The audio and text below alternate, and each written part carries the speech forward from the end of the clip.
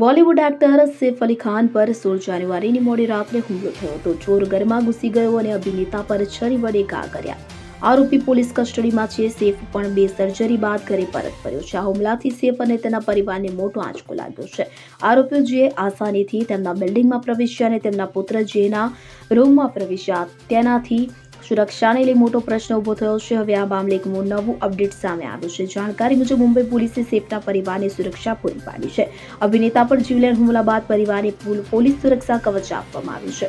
આટલા મોટા હુમલા બાદ પરિવાર ડરી ગયો હોવાની માહિતી મળી છે. આ કારણે કેસની સંપૂર્ણ તપાસ થાય ત્યાં સુધી તેના પરિવારને સુરક્ષા કવચ આપવામાં આવ્યું હતું. જો કે દંપતીના પરિવારને સુરક્ષા માટે કેટલા પોલીસ કર્મીઓ આપવામાં આવ્યા છે તેની માહિતી મળી નથી. સૈફ કરીનાને આપવામાં આવેલી સુરક્ષા XYZ શ્રેણી જેવી કોઈ પણ શ્રેણીમાં વ્યાખ્યાયિત કરવામાં આવી નથી. Bureau report CNN24 news.